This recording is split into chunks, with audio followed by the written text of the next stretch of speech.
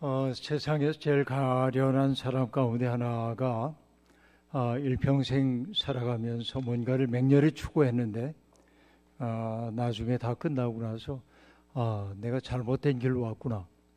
뭐 우스갯소리로 얘기하면은 이 산인 줄 알고 꼭대기까지 올라갔는데 이 산이 아니네. 그러면 얼마나 서운한 노릇입니까? 제가 왜 이런 얘기를 하냐면 오늘의 한국 교회를 바라보면서 제가 느끼고 있는 감정이 잘못된 길로 가면서 그 길만 있는 줄로 아는 것 같은 느낌이 들기 때문에 그렇습니다. 종종 젊은 목회자들을 상대로 강의할 때가 있는데 공부 열심히 하라고 하는 얘기를 끝없이 합니다. 왜냐하면 사람들을 오도하지 않기 위해서 그런 것이죠. 아주 오래전에 어떤 다큐멘터리를 본 적이 있는데 북극을 향해 가고 있는 탐험가들의 이야기였습니다. 인간의 거의 극악한 조건 속에 머물기 때문에 서로 격려를 해야 합니다.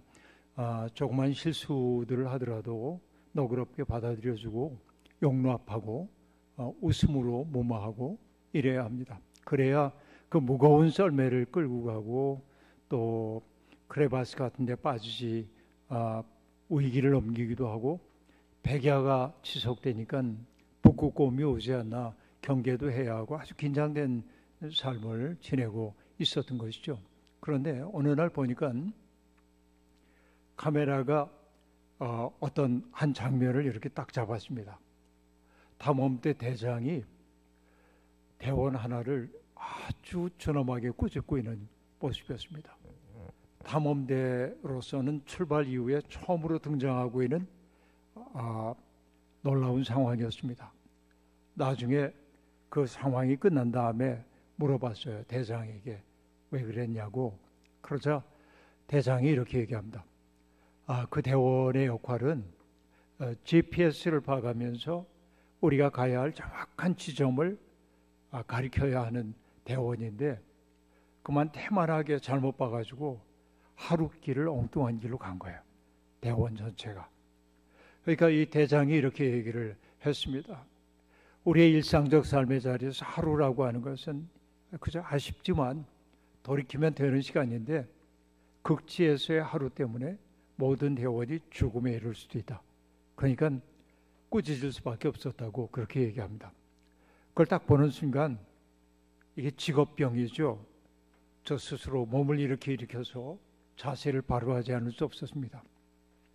소위 하나님의 말씀을 받은 사람으로 산다고 하는 것은 하늘의 길을 묻는 사람이고 사람들에게 여기로 가야 합니다 라고 안내해야 하는데 내가 오히려 사람들을 다른 길로 이끌고 있는 것은 아닌가 한 두려움이 내게 있었습니다. 대단히 죄송한 상황입니다만은 한국교회 많은 리더를 자처하고 있는 사람들이 엉뚱한 길로 사람들을 이끌고 있는 것으로 제게는 보입니다. 이게 정말 두려운 일입니다. 그렇기 때문에 목회자들은 치열하게 공부해야 하고 우리 시대가 어디를 향해 가고 있는지 또 성서가 우리에게 가르치고 있는 진실이 무엇인지에 대한 공부를 철저하게 하지 않으면 우리는 하나님 앞에서 엄중한 심판을 면할 수 없을 거다. 나 혼자 망하는 것은 그렇다 치더라도 내게 맡겨져 있는 사람들을 다른 길로 인도한다고 한다면 그것보다 어리석은 일이 어디에 있겠습니까? 그렇죠? 이런 것입니다. 제가 작년에 썼던 책 가운데서 이런 얘기를 제가 한 적이 있습니다. 장자에 나오는 이야기를 제가 인용을 해가지고 말을 했었는데 어느 날 이 장자니까 이 동양의 관점으로 여러분 들으시면 되겠습니다. 황하를 다스리고 있는 신이 하백이라고 하는 신인데 가을이 돼가지고 비가 충만히 내려서 황하 강가에 물이 찰랑찰랑 넘쳤습니다. 흐뭇해가지고 그 강물위를 둥실둥실 뜨면서 내가 관장하고 있는 지역이 이렇게도 넓구나, 끝간데가 없구나, 그러고 둥실둥실 떠가다 보니까 어느 순간에 황하가 지나가지고 톡 트인 곳으로 나가게 되었습니다. 거기에는 강의 양편도 보이지 않고 아무것도 보이지 않는 망망한 바다였습니다. 북해에 이르게 된 거죠. 그 하백은 깜짝 놀랍니다. 그래서 이렇게 큰 세계가 있었나? 놀라요. 그래서 북해를 다스리고 있던 신 북해약에게 묻습니다. 나는 왜 이렇게 큰 세계가 있는지를 몰랐을까요? 하고 얘기하자 북해약이 얘기합니다. 사람들은 흔히 자기들이 가지고 있는 범주를 가지고 세상을 바라본다는 거야. 크다 작다, 아름답다 추하다, 선하다 악하다, 이런 경계들을 만들어 놓고 산다는 겁니다. 그러다 보니까 그 경계 너머에 있는 세계를 알지 못하고 있다라고 얘기하면서, 그래서 마치 그 상황을 뭐라고 말할 수 있냐면 오물 안에 있는 개구리가 하늘을 바라봄과 같다. 오물 안 개구리가 장자에 나오는 얘기입니다. 그게 내가 살고 있는 세계가 전부인 줄 알지 그보다 큰 세계가 있다는 사실을 알지 못한다라는 얘기죠. 제가 이 말씀 드리는 까닭이 있습니다. 그건 뭐냐? 여러분, 저는 예수 그리스도를 누구라고 생각하냐면 온 우주가 피워낸 나무의 끝에 매달려 있는 가장 아름다운 열매, 정말 이 우주가 피워낸 최고의 열매가 예수님이라고 생각합니다. 그러니까 그 예수님은 작질 않아요. 모든 세계를 포괄할 수 있을 만큼 크신 분이시죠. 그런데 오늘의 기독교인들은 어떠냐면 예수님을 요만케 만들어서 자기들이 안다고 생각하는, 자기들의 교리를 통해 알고 있는 예수님이 전부라고 생각해가지고 그 척도에 맞지 않는 사람들은 다 배제해내고 있습니다. 이게 오늘의 한국교회다. 그래서 여러분, 제가 은퇴하면서 사람들이 제게 소감을 묻곤 합니다. 목사님, 은퇴하시니까 기분이 어떠세요? 전 두 가지 이중적 감정을 얘기합니다. 첫째는 뭐냐면 아주 좋습니다. 이게 첫 번째입니다. 왜 좋으냐면 제게 지워졌던 무거운 책임을 내려놓고 나니까 홀가분해졌어요. 자유로워요. 이게 좋음입니다. 그런데 또 한편 씁쓸합니다. 슬픕니다. 이렇게 얘기하면 오해할 수 있습니다. 내 교회가 나한테 서운하게 했기 때문에 쓸쓸하다고 하나 그럴는지 모르지만 그 얘기가 아니고, 그렇게 아름다운 예수를 그렇게 추하게 소비하고 있는 한국 교회 문제를 생각하면 저는 너무 쓸쓸하고 속상하고 마음이 아픕니다. 예수님은 너무나 큰 분인데 사람들은 예수를 요만케 소비하면서 다른 예수를 알지 못하고 있다. 이게 슬픈 일입니다. 그래서 여러분, 종종 이런 얘기하기도 하는데요. 이게 여러분 복숭아라고 생각해 보세요. 복숭아를 보면은 빛깔이 예쁘잖아요. 노랗고 붉으스름하고 입안에 저절로 침이 고이죠. 그런데 여기서는 어떤지 몰라도 한국에서는 잔류 농약 같은 게 있기 때문에 먹으려면 껍질을 까잖아요. 그렇죠? 그리고 과육을 먹습니다. 자, 복숭아 가지고 얘기하자고요. 신자들도 세 부류로 되어 있습니다. 첫 번째 뭐냐? 껍질과 같은 신자들이 있습니다. 어떤 얘기냐? 보기 좋아요. 보기 좋아요. 그러니까 교회에 빠지지 않고 참석하고 또 교회에서 하는 봉사도 다 하고 성경 공부도 열심히 하고 이래요. 그러니까 누가 보더라도 좋은 신자처럼 보여요. 그러나 문제는 뭐냐면 그 껍질을 벗겨놓으면 그 사람에게서 드러나고 있는 인품의 향기가 있는데, 그러니까 기독교인으로 형성되어서 나의 내면 속에 켜켜이 쌓여있는 인품의 내용이 있는데 안에 과육을 먹으려니까 뜹대든지 맛이 없대든지 병들었대든지 그러면 안 되잖아요. 그러니까 어떤 신자들은 겉보기에는 그렇게 뛰어나 보이지 않지만 과육이 달아서 먹는 사람들에게 기쁨을 주기도 합니다. 그러니까 그 사람 만나면 내 기분이 좋아집니다. 그 사람 만나고 나면 내가 착하게 살아야겠다는 생각이 내 속에 저절로 생겨나기도 합니다. 이게 과육과도 같은 존재입니다. 여러분, 예수님과 만났던 제자 일행들도 저는 그렇게 얘기를 하곤 하는데요. 이 제자들도 저는 이제 제자를 네 단계로 얘기를 하는데, 베드로의 경우 생각해 보세요. 베드로가 갈릴리 어부로 지내고 있을 때는 미래에 대한 비전 갖지 못하고 그리고 시대에 대한 울분 이런 것 때문에 울그락불그락 하는 사람이었을 겁니다. 포도로 얘기하자고 한다면은 뭐냐면은 단맛이 들지 않은 신포도 같은 사람이야.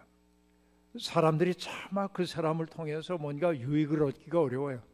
그런데 예수님과 만나서 예수님의 공생에 동행하는 동안 주님을 통해 열리고 있는 하나님 나라 같은 것을 보니까 너무 행복해졌고, 그리고 예수 그리스도의 태도를 내면화하기 시작하면서 사람들 대하는 게 달라졌고 친절하고 그와 나 사이에 있던 담벼락들이 무너지면서 하나됨의 기쁨을 맛보기 시작하고, 그러다 보니까 내 마음이 열려서 그가 내 손님이 되도록 하고 나 또한 그의 손님이 되는 게 싫지 않은 단맛이 든 사람이 되었어요.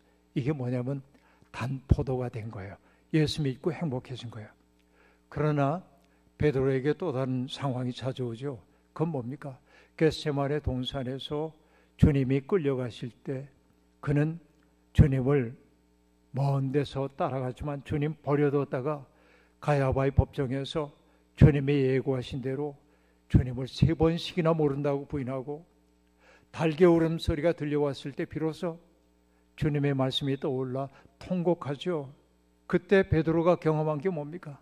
그동안 내가 유지해왔던 나에 대한 동일성, 나는 꽤 괜찮은 사람이야, 난 열심히 있는 사람이야, 난 내 주님을 위해 죽을 수 있어 자신했었죠. 그러나 갑작스러운 공포가 그에게 닥쳐왔을 때 그는 자기가 얼마나 허약하고 무너지기 쉬운 사람인지를 깨달았고, 그리고 자기의 마음이 온통 깨져버린 것을 경험했죠. 포도로 얘기하면 뭡니까? 바닥에 떨어져 밟힌 으깬 포도가 되었어요. 으깨졌어요. 그러나 우리는 알고 있습니다. 뭘 알고 있냐면 레오나드 코헨이라고 하는 사람이 불렀던 노래 가운데 하나가 안셈이란 노래에서 나오는 대목 하나를 기억하는데, There's a crack in everything 그러죠. 모든 것 속에는 crack이 있습니다. 갈라진 틈이 있습니다. 그리고 그래요, 살다 보면 내 마음속에도 어떤 타격 때문에 갈라진 틈이 생기기도 하고, 누군가가 내게 했던 불편한 말이나 불친절한 태도 같은 것 때문에 내 마음속에 상처도 생기고 여기 틈들이 많이 생겨났는데, 그런데 은혜의 세계는 뭐냐면 코헨의 노래 뭐라고 말하냐면 모든 것 속에는 갈라진 틈이 있는데 That's how the lights gets in 그래요. 그것이 바로 빛이 비춰드는 방식이라는 거예요. 우리 속에 그 갈라진 틈으로 빛이 들어온다는 거죠. 베드로가 스스로가 형편없는 사람이라고 하는 사실을 알게 되었을 때, 그래서 내가 나를 신뢰할 수 없다고 하는 그 자괴감 속에 있었을 때 주님의 사랑이 그의 속에 깃들죠. 내 마음의 아픔을 내가 한다. 너의 약함까지도 내가 받아들였다. 그랬을 때 베드로 속에 새로운 삶이 들어오기 시작했고, 가없는 사랑으로 나를 받아 안아주시는 그 하나님의 사랑이 자기 속에 들어오게 되었을 때 그의 속에 자기도 모르는 사이에 단단한 기둥 하나가 서게 되었죠. 그래서 그는 나중에 뭐라고 얘기합니까? 사내들인 공의에 끌려 들어가가지고 다시는 예수의 이름으로 말하지 말라는 경고를 받았을 때 뭐라고 말해요? 당신들의 말을 듣는 것이 옳은지 하나님의 말씀을 듣는 것이 옳은지 판단해 보십시오. 나는 듣고 본 바를 말하지 않을 수 없어. 이렇게 얘기하잖아요. 그리고 나중에 또 다시 끌려가지고 매를 맞았을 때 이 베드로가 제자들과 했던 얘기는 뭡니까? 그 이름을 위하여 능욕받기에 합당한 자로 여기심을 기뻐했다. 그렇게 말합니다. 못 말리는 뜨거움이 그의 속에 생겼어요. 살든지 죽든지 더 이상 물러서지 않는 사람이 되었어요. 그것을 저는 뭐라고 얘기하냐면은 포도주로 변했다. 여러분, 신앙생활의 과정이라는 게 뭐냐면 나는 나만 알던 신포도 같은 사람이야. 근데 신앙생활의 연조가 깊어지면 뭐냐면 나만을 위해 살지 않고 단맛이 든 사람이 되어서 나를 누군가에게 내어주고 선물로 주는 것이 기쁜 사람이 되게 단맛이 되는 사람이에요. 그런데 그거로 끝이 아니라 살다 보면 우리는 내가 무너지는 것을 경험할 때가 있어요. 내가 얼마나 형편없는지를 알게 될 때가 있어요. 그런데 바로 그때가 언제예요?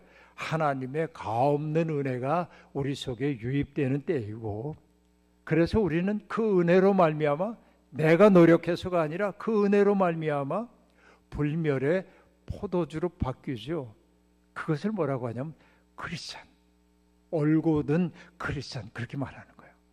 근데 여러분, 이 부끄러운 건 뭐냐면 우리가 일평생을 살아가면서도 여전히 신포도를 면하지 못하는 신자들도 있고, 그리고 내 삶 속에 고난이란 있을 수 없다고 생각하면서 단맛만 노리려고 하는 신자인 경우도 있는 거고, 깨진 그 상태에서 회복되지 못하는 사람도 있는 거고, 그렇죠? 유다의 경우에 그런 것처럼. 그러나 깨진 내 마음까지도 하나님께 가지고 왔을 때 하나님은 우리를 포도주로 변화시켜 주죠. 이게 은혜라 하고 얘기합니다. 여러분, 정호승이라고 하는 시인이 있는데 스테인드 그라스라고 하는 그 시 속에서 그렇게 얘기합니다. 이제는 알겠다. 깨진 유리들을 모아가지고 이렇게 모였을 때 스테인드 그라스라는 게 빛의 상처라는 것을 알겠다, 이렇게 말하면서, 여러분, 내 마음이 조각났어요. 세상에 살면서. 근데 조각난 내 마음을 모아가지고 주님 앞에 가서 주님의 빛 앞에 비추었더니 어떻게 됩니까? 영롱하게 빛나 꿈을 꾸게 만들잖아요. 상처받지 않음이 문제인 것이 아니라 내 삶이 상처투성이라고 그래도 그건 모아가지고 주님 앞에 갈 때 주님은 그것을 어떻게 해요? 힐, 고쳐주시고 홀, 온전하게 하시죠.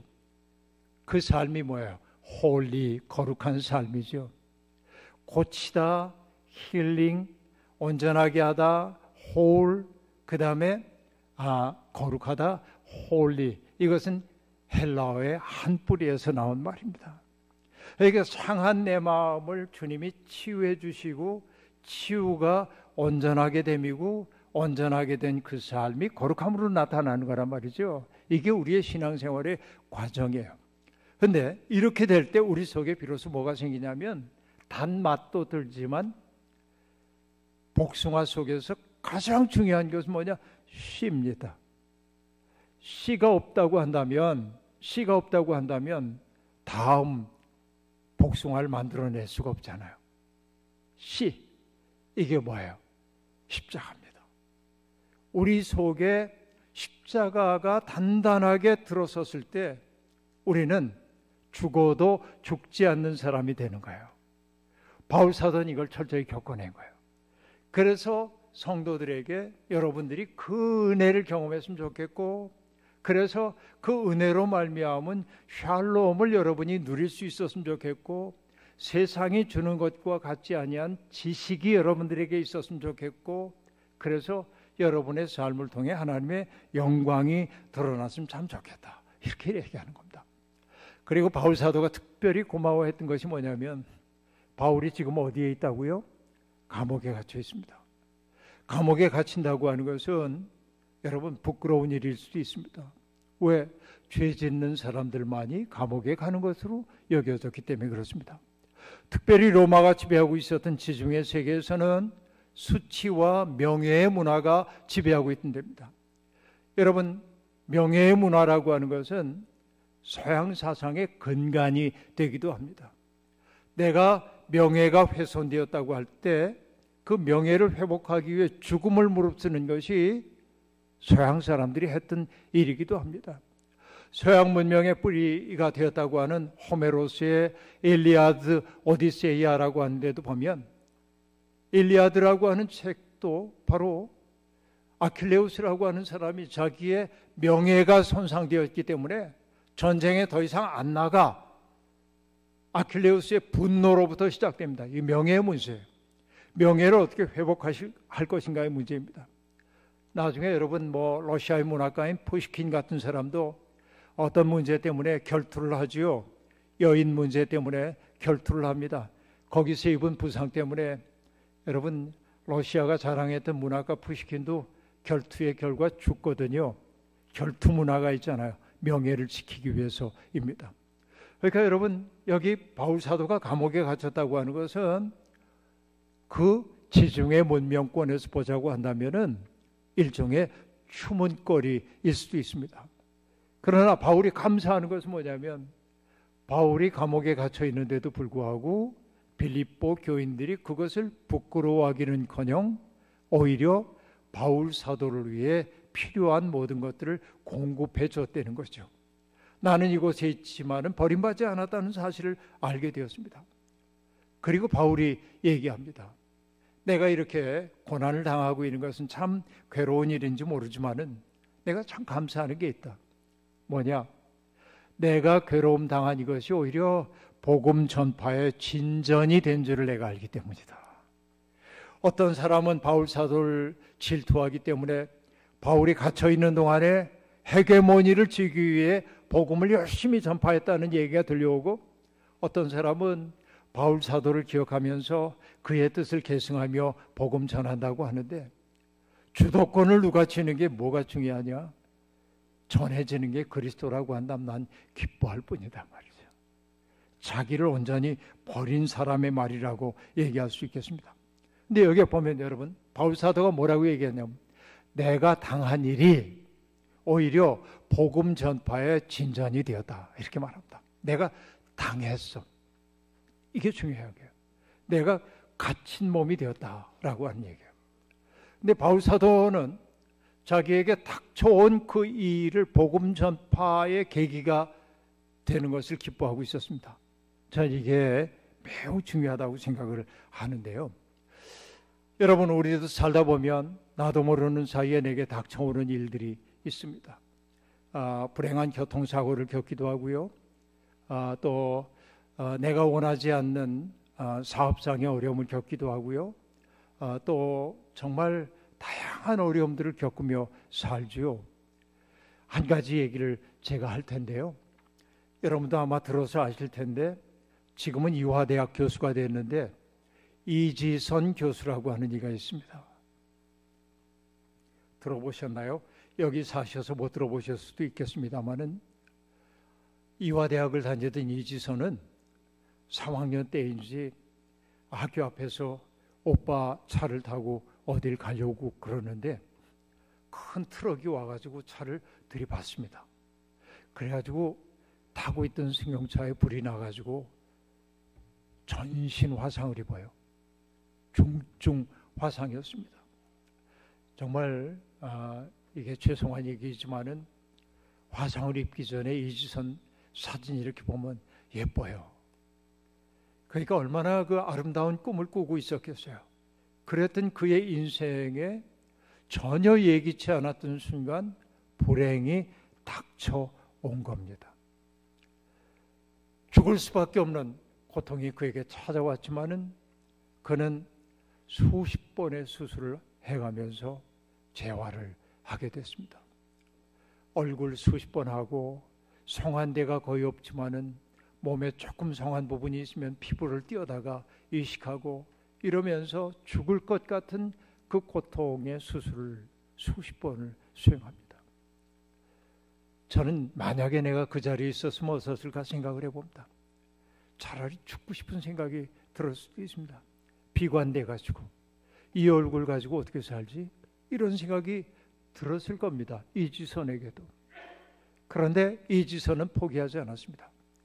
그리고 정말 자기의 불행을 자기의 운명으로 받아들이고 자기의 삶의 일부로 받아들이고 그 속에서 자기가 할 수 있는 일을 해야겠다고 생각합니다.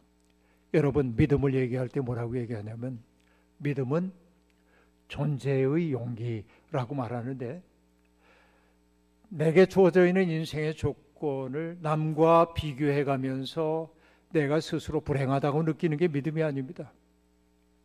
내게 주어져 있는 인생의 재료가 악조건이라고 그래도 그것이 남과 바꿀 수 없는 나의 인생의 조건임을 수용하고 그 속에서 내가 뭘 하면 좋을까를 생각하는 게 믿음이라는 거죠. 이지선은 그렇게 살았습니다. 저는 그 이야기를 듣고 이지선이라는 분에 대한 관심이 있었습니다. 어느 날 제가 어떤 모임에 가가지고 말씀을 전하게 됐습니다. 그 모임은 뭐냐? 재소자 부모를 둔 자녀들을 돌보는 이들의 모임이었습니다. 특별히 그 재소자들은 가해자들입니다. 범죄를 저지르고 감옥에 들어간 아버지와 엄마를 둔 방치된 아이들, 이 아이들은 누구에게도 사랑받지 못하는 아이들이었습니다.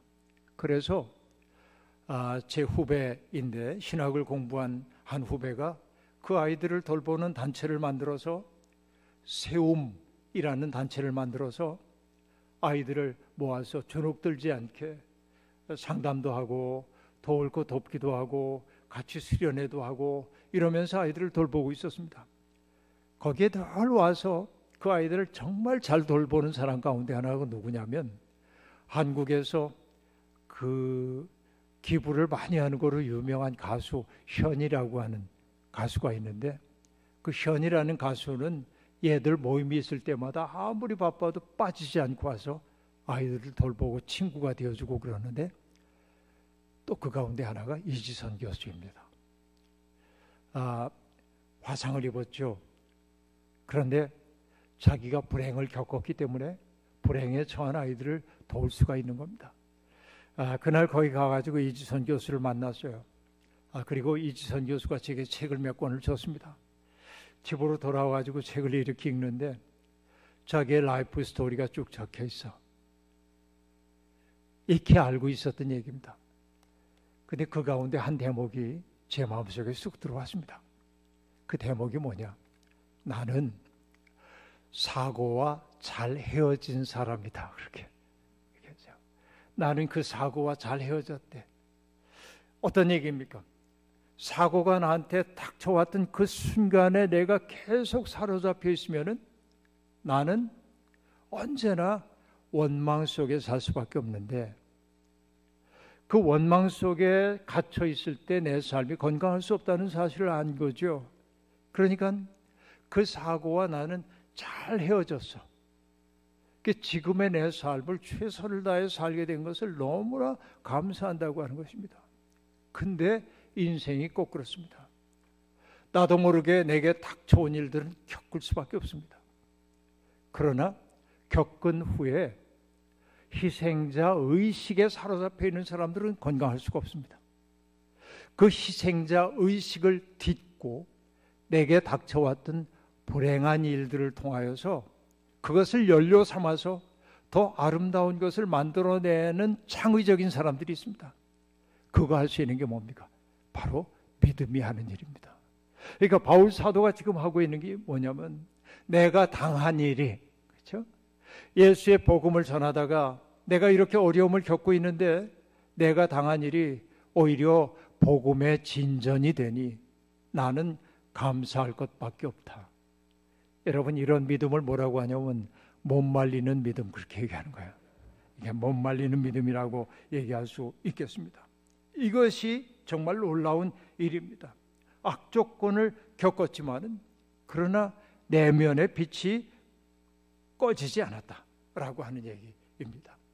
그러니까 바울 사도가 나를 세우는 일이 그의 관심이었다고 한다면 나를 투기해서 나를 대신하여 헤게모니를 장악하려는 사람들의 불순한 의도 때문에 속상해졌을는지 모르지만 바울은 뭐라고 하냐면 투기하는 마음으로 했든지 좋은 마음으로 했든지 전해지는 게 그리스도라고 한다면 우리 하나님께 감사할 수밖에 없지 않겠느냐, 그렇게 말합니다.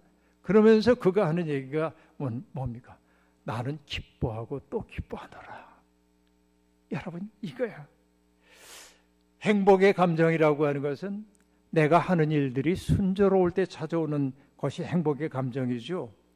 그러니까 여러분, 내가 순조로울 때 행복하지만은 기쁨이라고 하는 것은 내가 행복할 때만, 순조로울 때만 찾아오는 게 아닙니다. 곤경 속에서도 기쁨을 누릴 수 있는 것입니다. 그러니까 기쁨을 뜻하는 히브리어 심하라고 하는 단어는 뭐냐면 약속된 땅에 당도했을 때 느끼는 감정이 심하입니다. 약속된 땅에 내가 당도했어. 그러니까 약속된 땅에 도착했다는 건 뭐예요? 하나님과 내가 깊이 결속되어 있음을 느낄 때 느끼는 게 기쁨이에요. 그러니까 여러분, 누군가가 내게 선물을 줬기 때문에 나는 기뻐요, 이게 아니고, 그렇죠? 내가 하는 일마다 잘 됐기 때문에 기뻐하는 게 아니라 내가 시련에 처할 줄도 알고 고통에 처할 줄도 알고 어떤 경우에라도 내가 하나님으로부터 분리되어 있지 않다는 사실을 알게 되었을 때 나의 마음은 고향에 당도한 마음이고, 그것이야말로 누구도 빼앗아 갈 수 없는 기쁨이고, 아까 얘기한 대로 하자고 한다면 외부로부터 흘러들어온 기쁨이 아니라 나의 속에서 솟아나오는 기쁨이다. 바울 사도가 얘기했죠. 내가 주는 물을 마신 사람은 다시는 목마르지 않을 거라고 얘기했어요. 그의 배에서 생수의 강이 흘러넘칠 거다 하고 말합니다. 내면에서부터 나오는 거예요. 여러분, 이게 정말로 깊은 믿음이라고 얘기할 수 있습니다. 이걸 알고 나니까 바울 사도가 고백하는 것이 뭐예요? 살든지 죽든지 나는 주의 것이라. 살든지 죽든지 나는 주의 것이라. 상관없어, 그렇죠? 내가 죽는 것조차 유익이야. 나는 내 꿈이 있다고 한다면 뭐냐? 죽어서 하나님께로 돌아가는 게 내 꿈이야. 그런데 내가 이 땅에 살아있는 것이 왜 하나님이 나를 이 땅에 살게 하셨을까 생각해 보니까 하나님이 여전히 나를 통하여 하시고 싶은 일이 있기 때문에 나를 고난 속에서도 살려두신 것을 알았어. 그러니까 내게 주어져 있는 인생의 때라고 하는 것은 평안하진 않다 할지라도, 고난 속에 있다 할지라도 해야 할 일이 있는 때입니다. 자, 이렇게 보면 어떨까요? 감옥에 있을 때도 바울 사도는 하나님이 당신을 통해 하시려는 일 알았기 때문에 간수들을 바라보며 어떻게 했을까요? 아, 원수 같은 놈, 그러지 않죠. 그를 위해 기도했을 거예요. 그에게 친절을 베풀었을 거예요. 이게 뭐예요? 살든지 죽든지. 예수 그리스도가 십자가에 달리셨을 때 여러분, 여느 사람 같았으면 어땠을까요? 단말마의 고통을 겪고 있는 그 극심한 고통 속에서 여러분, 일본에 가면 제가 가보지는 않았습니다만 나가사키에 가면은 엔도 슈샤크라고 하는 사람의 그 기념관이 있고 거기 시비가 이렇게 적혀 있다는데, 그 엔도 슈샤크의 시비에 이렇게 적혀 있답니다. 바다는 저리도 슬픈데, 인간은 저리도 슬픈데 바다는 저리도 푸르릅니다. 그렇게 말했대. 인간은 슬픔 속에 살고 있는데 바다는 여전히 푸르러요. 내가 여기 십자가 위에서 단말마의 고통을 겪고 있는데 목이 말라도 어찌할 바가 없는데 거기 로마 군인들은 그저 물 마시고 싶은 물을 떠서 마시고 자유롭게 이동하고, 이 모습을 보면 하나님, 어찌 내게 이러실 수가 있습니까? 원망할 수 있는데 주님은 뭐라고 얘기하십니까? 아버지, 저들을 용서해 주십시오. 자기들이 하는 일을 알지 못하기 때문입니다. 그렇게 말하잖아요. 왜? 바로 이것이죠. 내가 이 땅에 있는 것은 아버지께서 나를 통해 하시고 싶어 하는 일이 있기 때문이고, 아버지께서 나를 통해 하시고 싶어 하는 일은 무엇입니까? 누군가에게 생명을 북돋워 주는 일이었겠죠. 그러니까 바울 사도가 바로 그 얘기를 지금 하고 있는 거예요. 살든지 죽든지 나는 주의 것이라. 그렇죠? 여기에 계신 연세 많으신 분들 계시죠? 저는 정말 마음속에 깊은 존경심을 가지고 대합니다. 저도 이제 나이가 제법 먹다 보니까 몸이 예전 같지 않다는 거 알고, 뭐 저는 또 지병까지 있으니까 예전 같지 않죠. 그러니까 언제나 이 병원에 갈 때마다 성적표 받으러 가는 것 같은데 얼마 전에 병원에 갔더니 의사 선생의 첫 마디가 무슨 일이 있었어요? 왜냐하면 늘 잘 유지해 오던 건강이 확 나빠진 거예요. 그 얘기를 듣는 순간 내가 뭘 잘못했지? 내 몸이 왜 그렇게 됐지? 안 그렇다고 난 느꼈는데, 기분 좋게 지냈는데. 그리고 여러분, 나쁜 성적표 받으면은 기분 좋을 리가 없는데 그날 그냥 약간 딴 생각하려고 그래도 자꾸 왜 그랬을까? 기분이 안 좋아요. 근데 그날 저녁에 우리 교인이 하고 있는 음악회 초대받아 갔는데 합창단이 합창을 하고 있는데 뭐 가곡, 팝송, 가요, 마드리갈, 성가 이런 걸 쭉 두 마당으로 다섯 마당을 그 인터미션 두고 두 마당으로 노래를 불렀습니다. 앵콜 시간이 되었습니다. 그 연주를 듣는 내내 음악을 이렇게 들으면서도 딱 그 생각이 또 떠오르는 거야. 왜 그랬을까? 왜 나쁘지? 그러고 있는데 그 합창단이 앵콜송인데 그 합창단의 앵콜송은 48년 동안 똑같은 걸 불러요. 근데 그 앵콜송이 뭐냐면 딱 한 절만 부르는데 만 가지 은혜를 받았으니 내 평생 슬프나 즐거우나 이 몸을 온전히 주님께 바쳐서 그 곡을 부르는 거예요. 만 가지 은혜를 받았으니 내 평생 슬프나 즐거우나 이 몸을 온전히 주님께 바쳐서 주님만 위하여 늘 살리라. 48년 동안을 앵콜송으로 해요. 근데 그 곡을 딱 듣는 순간 그 전에도 가서 그 앵콜송을 들었는데 기억을 못하고 있었는데 그걸 딱 듣는 순간 만 가지 은혜를 받아. 생각해 보니까 내가 목회자로 살아온 동안 아니 인생을 받아 살아오는 동안 내가 받은 은혜가 얼마나 큰가. 정말 큰 은혜를 받아 오늘까지 내가 이르렀구나 하는 생각을 하고 나니까 몸 좀 나빠졌다고 그것 때문에 울적하고 이거 얼마나 어리석은 일인지 모르겠어요. 그래 사나 죽으나 나는 주의 것이랬는데 바울 사도가 왜 염려하나? 감사의 마음이 내 속에 한없이 차오르기 시작했습니다. 그렇죠? 믿음은 때때로 그렇게 오는 거예요. 아까 얘기한 대로 레오나르도 코헨 노래처럼 모든 것 속에는 갈라진 틈이 있는데 하나님의 은총의 빛은 그 틈을 통해 비추어들게 되고 나를 환하게 만드는 거예요. 그러니까 예수 그리스도의 마음이 우리 속에 들어와야 돼요. 그런데 바울 사도가 빌립보서 2장에서 그런 얘기를 하잖아요. 그리스도의 마음을 뭐라고 얘기합니까? 그는 근본 하나님의 본체시나 하나님과 동등됨을 취할 것으로 여기지 아니하시고 자기를 비워 종의 몸을 입고 이 세상에 오셨다 하고 얘기합니다. 자기를 비웠다. 철저히 자기를 비웠다.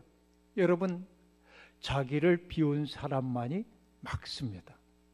내가 어떤 사람과 만났을 때 내가 그 사람과 만나가지고서는 참 행복했다, 참 좋았어 라고 느낄 때 자로 충만한 사람을 만나고 나서 그런 느낌 받을 수가 없어요. 내가 어떤 얘기를 해도 내 말을 툭툭 튀겨내면서 자기 말만 하는 사람과 만나고 오면 괜히 모욕당할 것 같은 느낌이 듭니다.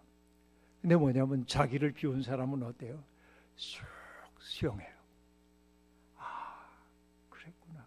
그래. 그렇죠? 근데 내가 수용되는 그 순간 내가 뭐예요? 내가 받아들여지고 있음을 느껴요.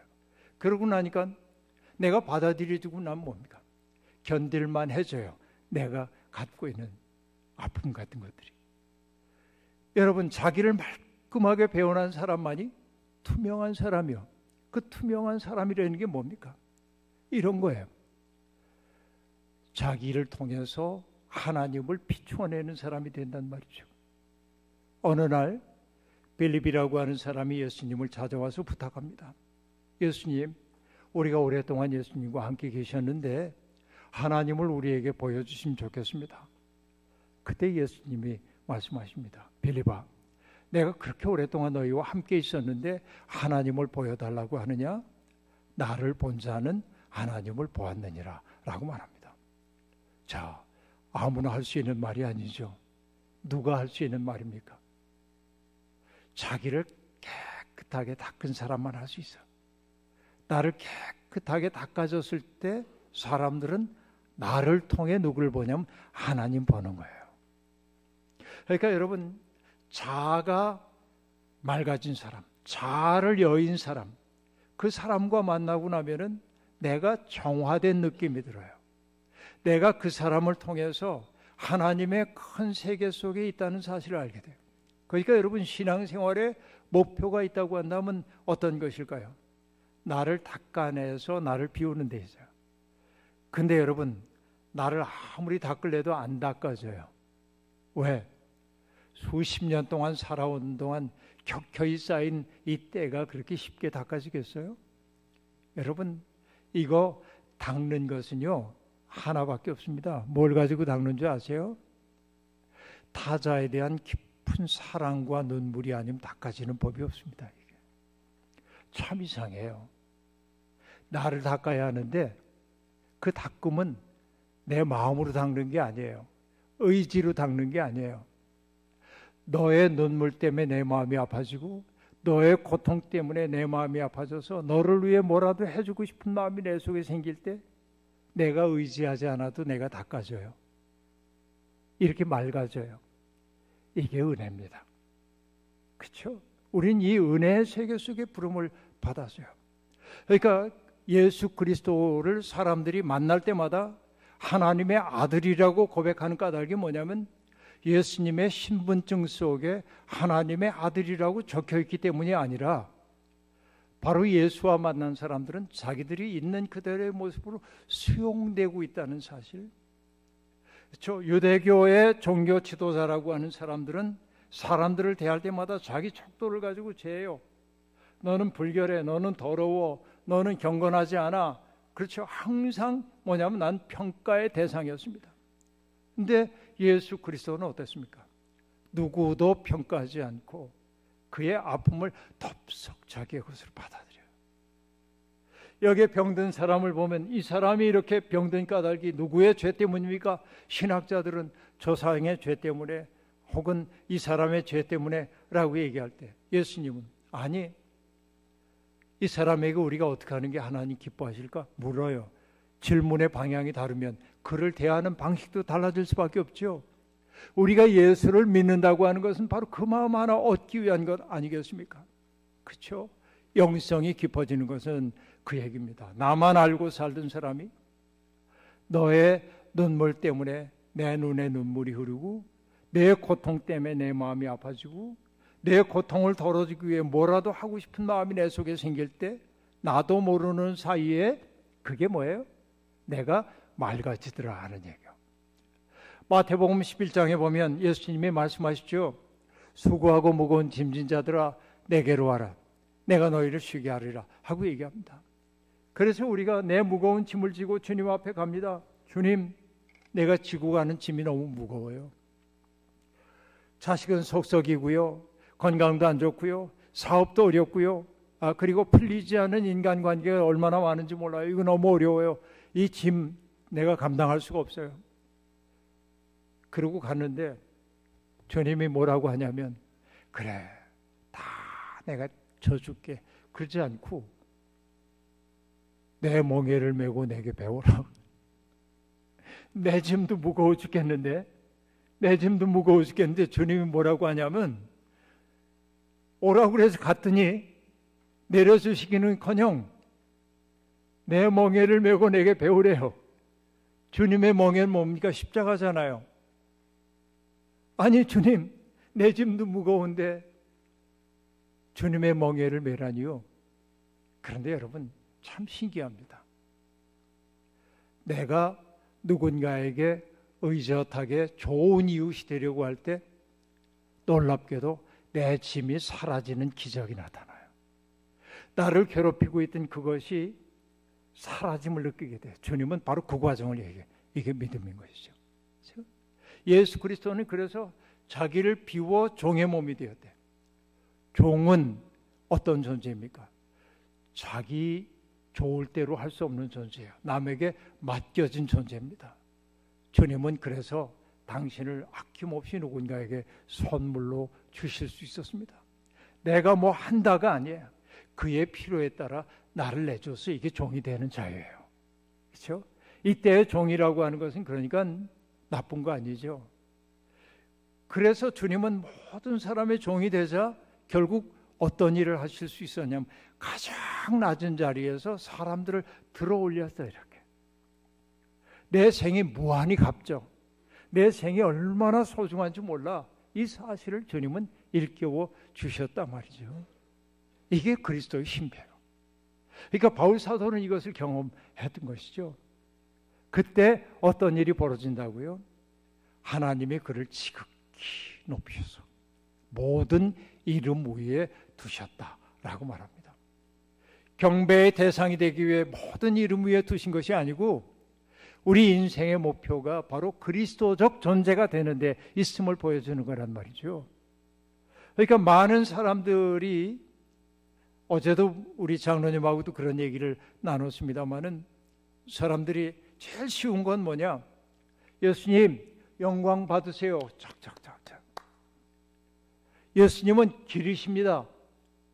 예수님은 생명이십니다. 예수님은 진리십니다. 고백하는 거 이거로 내 믿음이라고 생각해요. 그런데 여러분 잊지 마십시오. 길의 존재의 이유는 뭐예요? 걷기 위한 거죠. 걷지 않으면 그게 무슨 소용이 있어요?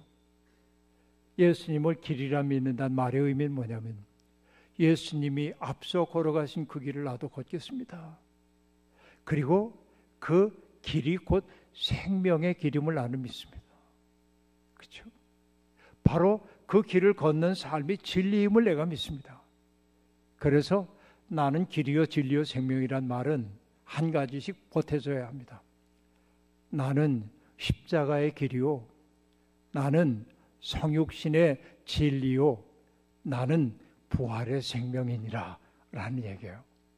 그러니까 여러분 우리는 바로 그런 예수에게 부름받았어요. 겉껍질만 예수 믿는 사람, 그렇죠? 복숭아의 그 씨앗이어서는 안 됩니다. 복숭아의 껍질이어서는 안 됩니다. 예수 믿고 제법 좋은 사람 얘기 들을 수 있죠. 참 좋은 분이야. 그분은 참 친절하시오. 과육도 마시는 사람이 되어야 합니다. 그러나 우리의 핵심 속에 뭐가 있어야 돼? 예수 그리스도의 십자가. 그것만이 영원한 생명이기 때문에 그렇습니다. 그렇죠? 우리는 그 십자가 든든히 붙잡은 사람이 되어야 합니다. 우리 한문에서는 복숭아 씨를 뭐라고 하냐면 복숭아 도자에 씨앗을 인이라고 얘기하는데 어지린자입니다. 흔히 우리가 동양사상에서 인자를 어지린이라고 새기지만은 한문을 아는 사람들은 압니다. 인이라고 하는 게 씨앗을 뜻한다는 거. 씨앗이에요. 우리 속에 씨앗이 들어와야 합니다. 예수 그리스도의 사랑이라고 하는. 그렇죠? 여러분 모두의 마음속에 그런 그리스도의 중심이 굳건하게 서가지고 정말 은혜와 평강이 얼마나 큰지를 날마다 경험할 수 있는 복된 인생 되기를 주의 이름으로 축원합니다. 좋으신 주님, 오늘 우리에게 주신 아름다운 말씀을 가슴에 간직하고 살겠습니다. 하나님, 복잡한 세상 사는 동안 우리는 우리의 삶이 무한히 값지다고 하는 사실을 까맣게 잊고 살 때가 많았습니다. 그러나 바울 사도는 우리를 은혜의 세계 속에, 그래서 기쁨과 감사가 넘치는 세계 속에 불러주셨고 결국 그런 삶을 통하여 궁극적인 샬롬을 맛보자고 우리를 초대해 주셨습니다. 바울의 초대를 따라 걸어간 그 길에서 우리는 주님을 만납니다. 주님처럼 우리도 자신을 말끔히 사랑으로 비워내고 하나님을 세상 사람들 앞에 삶으로 드러내는 아름다운 신자들이 되게 도와주옵소서. 예수님의 이름으로 기도하옵나이다. 아멘.